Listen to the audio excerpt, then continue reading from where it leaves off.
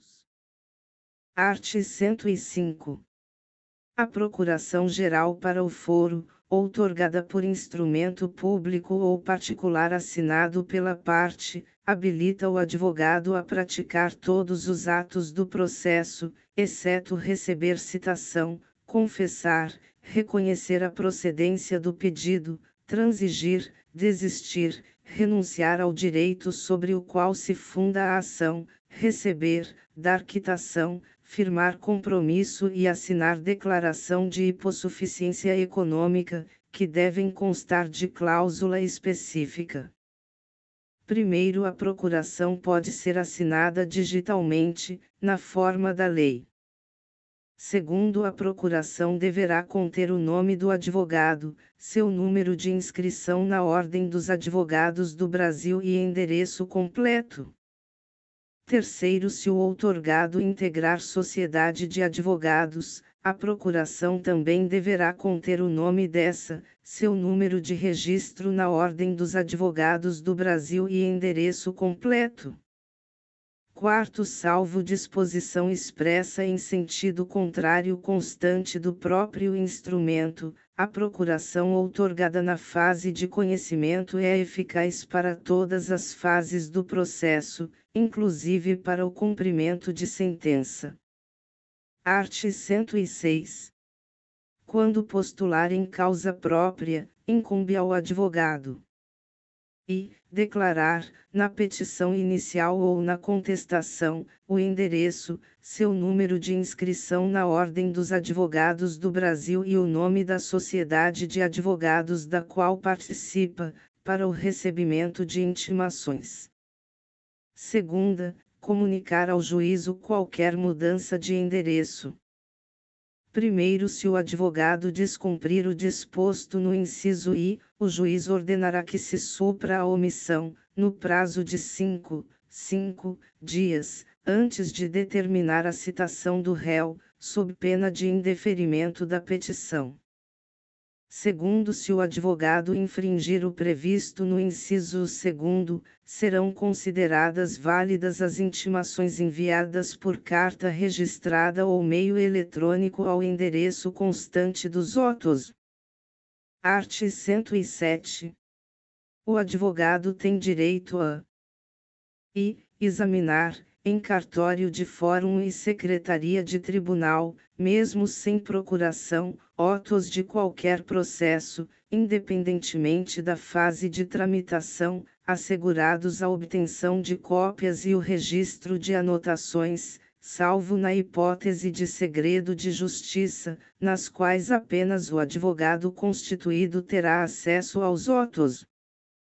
Segunda, requerer, como procurador, vista dos autos de qualquer processo, pelo prazo de 5 dias. Terceira, retirar os autos do cartório ou da secretaria, pelo prazo legal, sempre que neles lhe couber falar por determinação do juiz, nos casos previstos em lei. Primeiro, ao receber os autos, o advogado assinará carga em livro ou documento próprio. Segundo, sendo o prazo comum às partes, os procuradores poderão retirar os autos somente em conjunto ou mediante prévio ajuste, por petição nos autos. Terceiro, na hipótese do segundo, é lícito ao procurador retirar os autos para obtenção de cópias, pelo prazo de 2 a 6 horas, independentemente de ajuste e sem prejuízo da continuidade do prazo. Quarto, o procurador perderá no mesmo processo o direito a que se refere o terceiro se não devolver os autos tempestivamente, salvo se o prazo for prorrogado pelo juiz. Quinto, o disposto no inciso I do caput deste artigo aplicar-se integralmente a processos eletrônicos, incluído pela Lei nº 13.793, de 2019. Capítulo 4. Da sucessão das partes e dos procuradores. Art. 108. No curso do processo, somente é lícita a sucessão voluntária das partes nos casos expressos em lei. Art. 109. A alienação da coisa ou do direito litigioso por ato entre vivos, a título particular, não altera a legitimidade das partes. Primeiro, o adquirente ou cessionário não poderá ingressar em juízo, sucedendo o alienante ou cedente, sem que o consinta a parte contrária. Segundo, o adquirente ou cessionário poderá intervir no processo como assistente litisconsorcial do alienante ou cedente. Terceiro, estendem-se os efeitos da sentença proferida entre as partes originárias ao adquirente ou cessionário. Art. 110. Ocorrendo a morte de qualquer das partes, dar-se-á a sucessão pelo seu espólio ou pelos seus sucessores, observado o disposto no art. 313, primeiro e segundo. Art. 111. A parte que revogar o mandato outorgado a seu advogado constituirá, no mesmo ato, outro que assuma o patrocínio da causa. Parágrafo único. Não sendo constituído novo procurador no prazo de 15 dias, observar-se-á o disposto no art. 76. Art. 112. O advogado poderá renunciar ao mandato a qualquer tempo, provando, na forma prevista neste Código, que comunicou a renúncia ao mandante, a fim de que este nomeie sucessor. Primeiro, durante os 10 dias seguintes, o advogado continuará a representar o mandante, desde que necessário para lhe evitar prejuízo. Segundo, dispensa-se a comunicação referida no caput quando a procuração tiver sido outorgada a vários advogados e a parte continuar representada por outro, apesar da renúncia. Título 2º. Do litisconsórcio. Art. 113. Duas ou mais pessoas podem litigar, no mesmo processo, em conjunto, ativa ou passivamente, quando entre elas houver comunhão de direitos ou de obrigações relativamente à lide. Segunda, entre as causas houver conexão pelo pedido ou pela causa de pedir. Terceira, ocorrer afinidade de questões por ponto comum de fato ou de direito.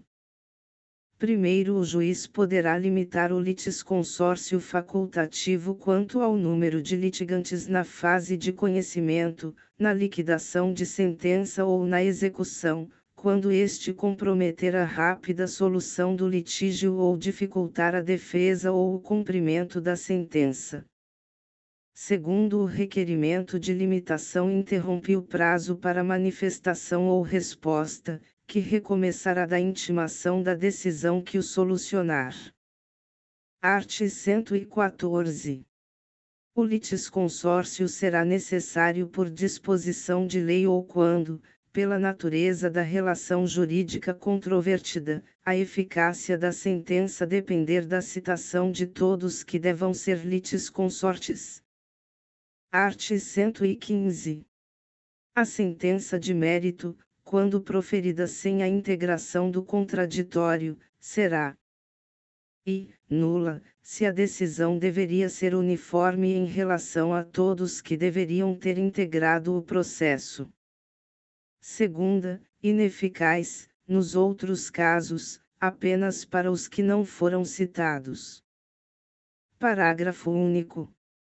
Nos casos de litisconsórcio passivo necessário, o juiz determinará ao autor que requeira a citação de todos que devam ser litisconsortes, dentro do prazo que assinar, sob pena de extinção do processo.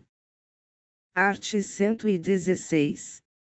O litisconsórcio será unitário quando, pela natureza da relação jurídica, o juiz tiver de decidir o mérito de modo uniforme para todos os litisconsortes. Art. 117.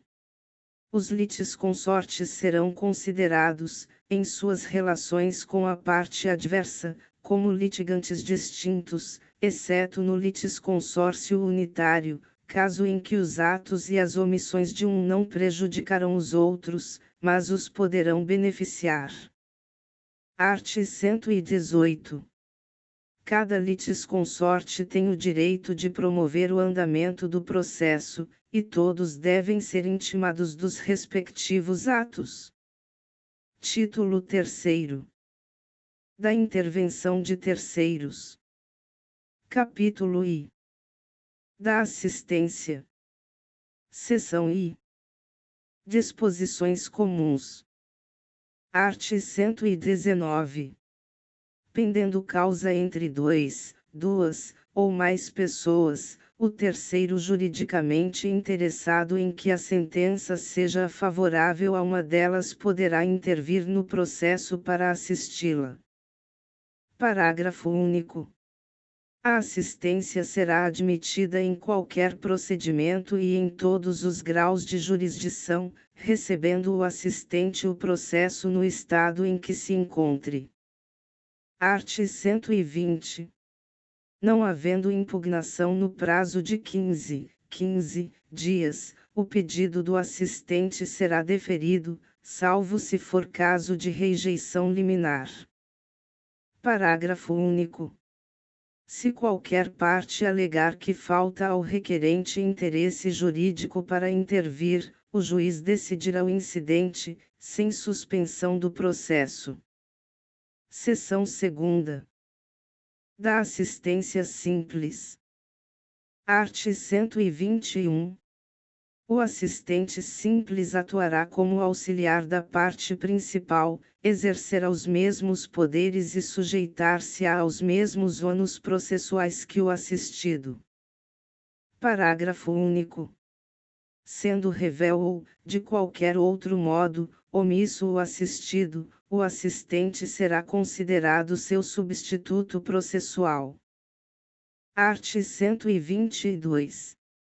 A assistência simples não obsta que a parte principal reconheça a procedência do pedido, desista da ação, renuncie ao direito sobre o que se funda a ação ou transija sobre direitos controvertidos. Art. 123.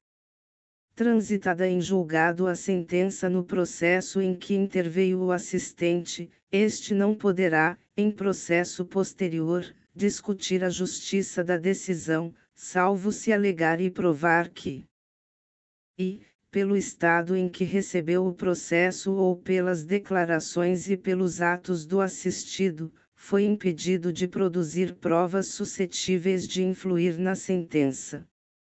Segunda, desconhecia a existência de alegações ou de provas das quais o assistido, por dolo ou culpa, não se valeu. Seção 3ª. Da assistência litisconsorcial. Art. 124. Considera-se litisconsorte da parte principal o assistente sempre que a sentença influir na relação jurídica entre ele e o adversário do assistido. Capítulo 2. Da denunciação da lide. Art. 125. É admissível a denunciação da lide, promovida por qualquer das partes. Ao alienante imediato, no processo relativo à coisa cujo domínio foi transferido ao denunciante, a fim de que possa exercer os direitos que da evicção lhe resultam. Segunda, aquele que estiver obrigado, por lei ou pelo contrato, a indenizar, em ação regressiva, o prejuízo de quem for vencido no processo. Primeiro, o direito regressivo será exercido por ação autônoma quando a denunciação da lide for indeferida, deixar de ser promovida ou não for permitida. Segundo, admite-se uma única denunciação sucessiva, promovida pelo denunciado, contra seu antecessor imediato na cadeia dominial ou quem seja responsável por indenizá-lo, não podendo o denunciado sucessivo promover nova denunciação, hipótese em que eventual direito de regresso será exercido por ação autônoma. Art. 126. A citação do denunciado será requerida na petição inicial, se o denunciante for autor, ou na contestação, se o denunciante for réu, devendo ser realizada na forma e nos prazos previstos no art. 131. Art. 127. Feita a denunciação pelo autor, o denunciado poderá assumir a posição de litisconsorte do denunciante e acrescentar novos argumentos à petição inicial, procedendo-se em seguida à citação do réu. Art. 128. Feita a denunciação pelo réu. E, se o denunciado contestar o pedido formulado pelo autor, o processo prosseguirá tendo, na ação principal, em litisconsórcio, denunciante e denunciado. Segunda, se o denunciado for revel, o denunciante pode deixar de prosseguir com sua defesa, eventualmente oferecida, e abster-se de recorrer, restringindo sua atuação à ação regressiva. Terceira, se o denunciado confessar os fatos alegados pelo autor na ação principal, o denunciante poderá prosseguir com sua defesa ou, aderindo a tal reconhecimento, pedir apenas a procedência da ação de regresso. Parágrafo único. Procedente o pedido da ação principal, pode o autor, se for o caso, requerer o cumprimento da sentença também contra o denunciado, nos limites da condenação deste na ação regressiva. Art. 129. Se o denunciante for vencido na ação principal, o juiz passará ao julgamento da denunciação da lide. Parágrafo único. Se o denunciante for vencedor, a ação de denunciação não terá o seu pedido examinado, sem prejuízo da condenação do denunciante ao pagamento das verbas de sucumbência em favor do denunciado. Capítulo 3. Do chamamento ao processo. Art. 130. É admissível o chamamento ao processo, requerido pelo réu. E, do afiançado, na ação em que o fiador for réu. Segunda, dos demais fiadores, na ação proposta contra um ou alguns deles. Terceira, dos demais devedores solidários, quando o credor exigir de um ou de alguns o pagamento da dívida comum. Art. 131. A citação daqueles que devam figurar em litisconsórcio passivo será requerida pelo réu na contestação e deve ser promovida no prazo de 30 dias, sob pena de ficar sem efeito o chamamento. Parágrafo único. Se o chamado residir em outra comarca, seção ou subseção judiciárias, ou em lugar incerto, o prazo será de 2 meses. Art. 132. A sentença de procedência valerá como título executivo em favor do réu que satisfizer a dívida, a fim de que possa exigi-la, por inteiro, do devedor principal, ou, de cada um dos codevedores, a sua cota, na proporção que lhes tocar. Capítulo 4. Do incidente de desconsideração da personalidade jurídica. Art. 133. O incidente de desconsideração da personalidade jurídica será instaurado a pedido da parte ou do Ministério Público, quando lhe couber intervir no processo. Primeiro, o pedido de desconsideração da personalidade jurídica observará os pressupostos previstos em lei. Segundo, aplicar-se o disposto neste capítulo à hipótese de desconsideração inversa da personalidade jurídica. Art. 134. O incidente de desconsideração é cabível em todas as fases do processo de conhecimento, no cumprimento de sentença e na execução fundada em título executivo extrajudicial. Primeiro, a instauração do incidente será imediatamente comunicada ao distribuidor para as anotações devidas. Segundo, dispensa-se a instauração do incidente se a desconsideração da personalidade jurídica for requerida na petição inicial, hipótese em que será citado o sócio ou a pessoa jurídica. Terceiro, a instauração do incidente suspenderá o processo, salvo na hipótese do segundo. Quarto, o requerimento deve demonstrar o preenchimento dos pressupostos legais específicos para desconsideração da personalidade jurídica. Art. 135. Instaurado o incidente, o sócio ou a pessoa jurídica será citado para manifestar-se e requerer as provas cabíveis no prazo de 15 dias. Art. 136. Concluída a instrução, se necessária, o incidente será resolvido por decisão interlocutória. Parágrafo único. Se a decisão for proferida pelo relator, cabe agravo interno. Art. 137.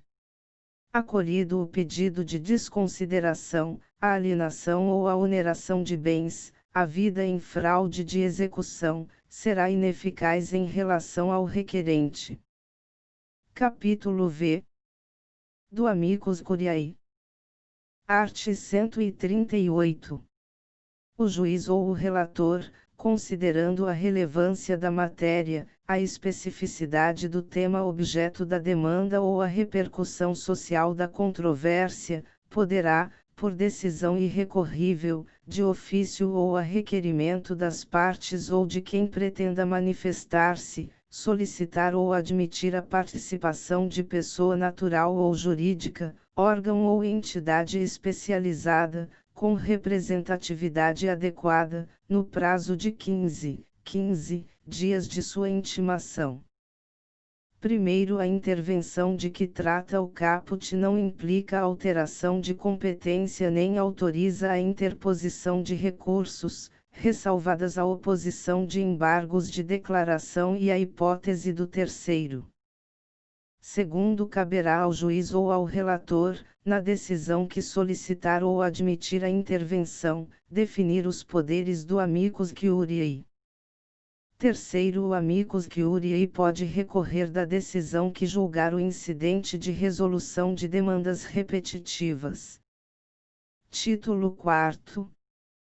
Do juiz e dos auxiliares da justiça. Capítulo I. Dos poderes, dos deveres e da responsabilidade do juiz. Art. 139. O juiz dirigirá o processo conforme as disposições deste Código, incumbindo-lhe e assegurar às partes igualdade de tratamento. Segunda, velar pela duração razoável do processo. Terceira, prevenir ou reprimir qualquer ato contrário à dignidade da justiça e indeferir postulações meramente protelatórias. Quarta, determinar todas as medidas indutivas, coercitivas, mandamentais ou subrogatórias necessárias para assegurar o cumprimento de ordem judicial, inclusive nas ações que tenham por objeto prestação pecuniária. V. Promover, a qualquer tempo, a autocomposição, preferencialmente com auxílio de conciliadores e mediadores judiciais. Sexta, dilatar os prazos processuais e alterar a ordem de produção dos meios de prova, adequando-os às necessidades do conflito de modo a conferir maior efetividade à tutela do direito. Sétima, exercer o poder de polícia, requisitando, quando necessário, força policial, além da segurança interna dos fóruns e tribunais. Oitava, determinar, a qualquer tempo, o comparecimento pessoal das partes, para inquiri-las sobre os fatos da causa, hipótese em que não incidirá a pena de confesso.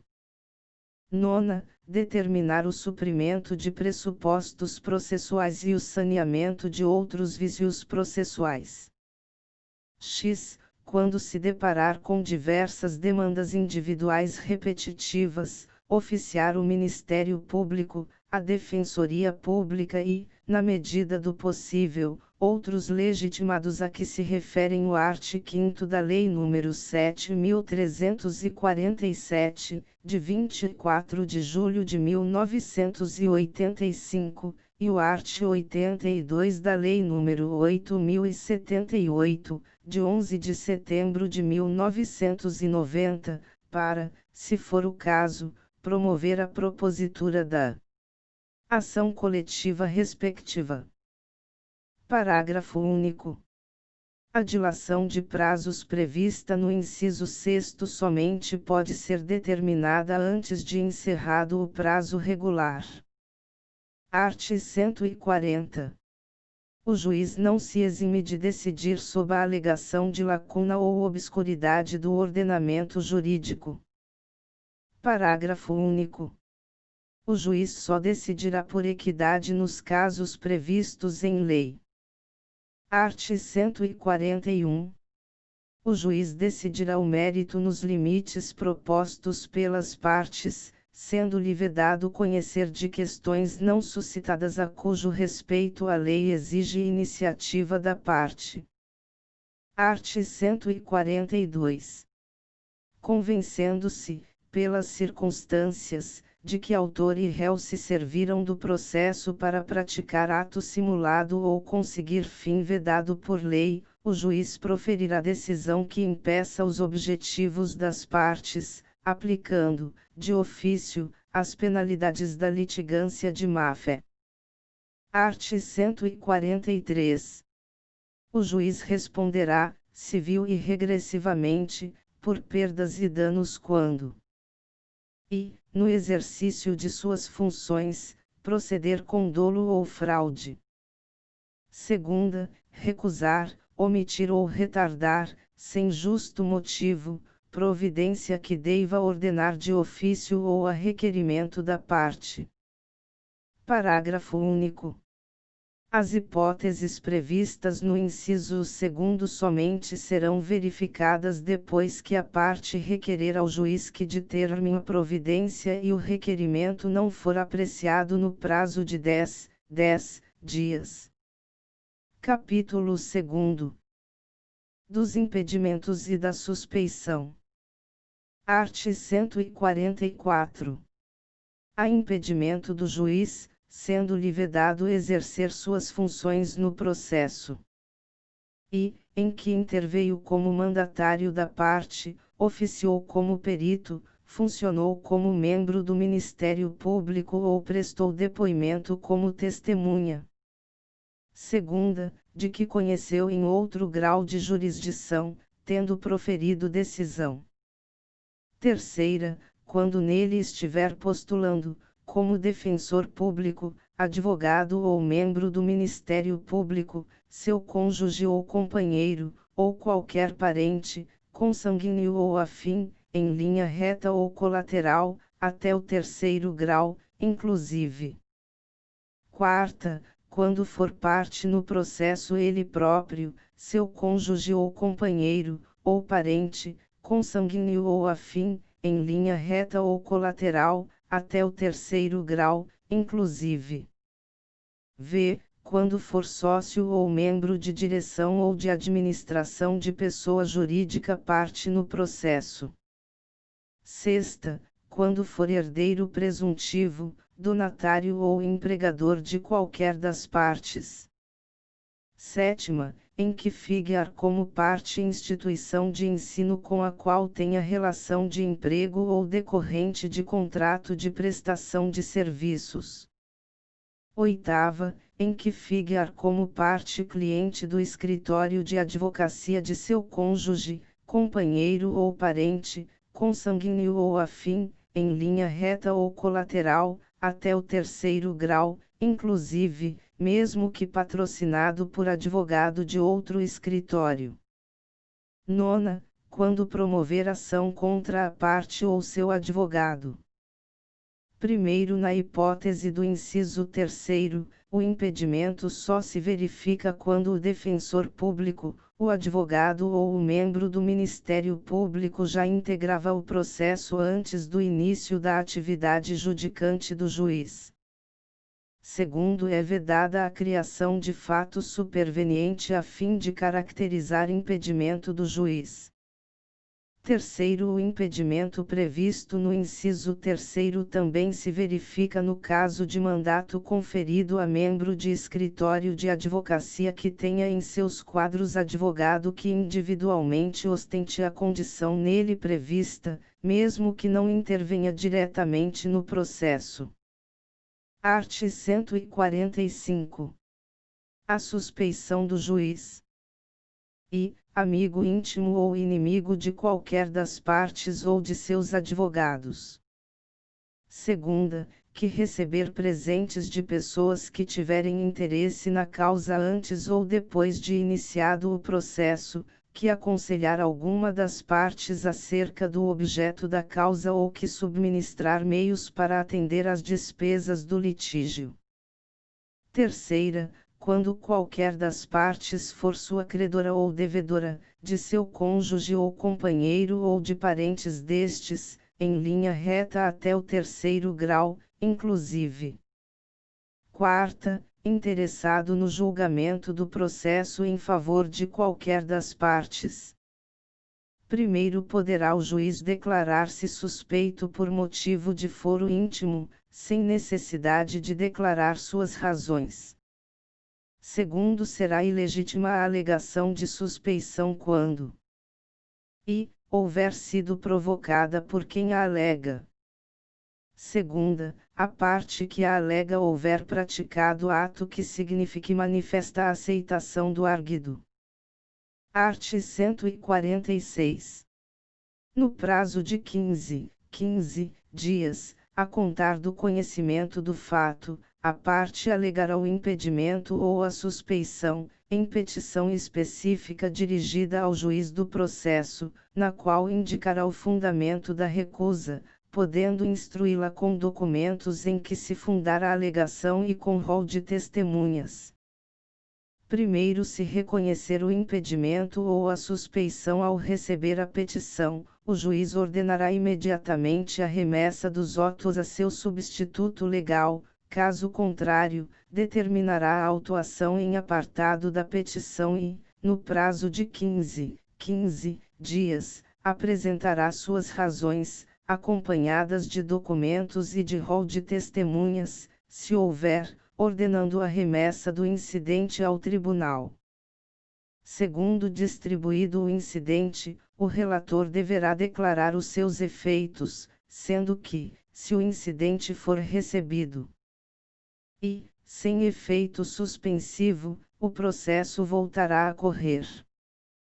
Segunda, com efeito suspensivo, o processo permanecerá suspenso até o julgamento do incidente. Terceiro, enquanto não for declarado o efeito em que é recebido o incidente ou quando este for recebido com efeito suspensivo, a tutela de urgência será requerida ao substituto legal. Quarto, verificando que a alegação de impedimento ou de suspeição é improcedente, o tribunal rejeitá-la-á. Quinto, acolhida a alegação, tratando-se de impedimento ou de manifesta suspeição, o tribunal condenará o juiz nas custas e remeterá os autos ao seu substituto legal, podendo o juiz recorrer da decisão. Sexto, reconhecido o impedimento ou a suspeição, o tribunal fixará o momento a partir do qual o juiz não poderia ter atuado.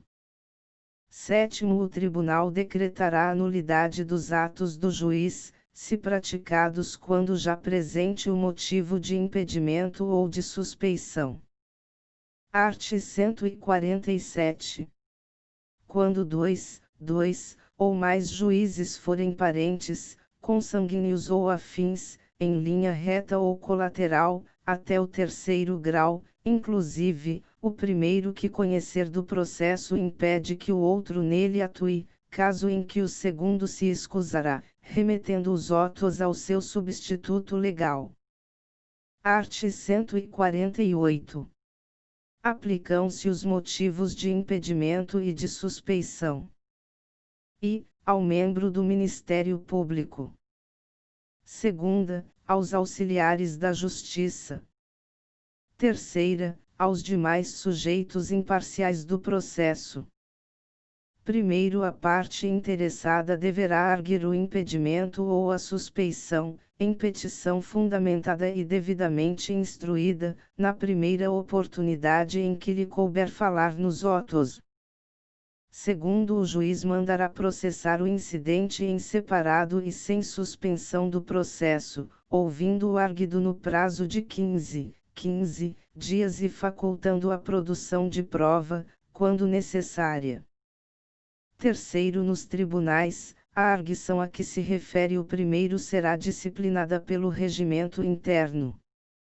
Quarto, o disposto nos primeiro e segundo não se aplica à arguição de impedimento ou de suspeição de testemunha. Capítulo 3. Dos auxiliares da Justiça. Art. 149. São auxiliares da Justiça, além de outros cujas atribuições sejam determinadas pelas normas de organização judiciária, o escrivão, o chefe de secretaria, o oficial de justiça, o perito, o depositário, o administrador, o intérprete, o tradutor, o mediador, o conciliador judicial, o partidor, o distribuidor, o contabilista e o regulador de avarias.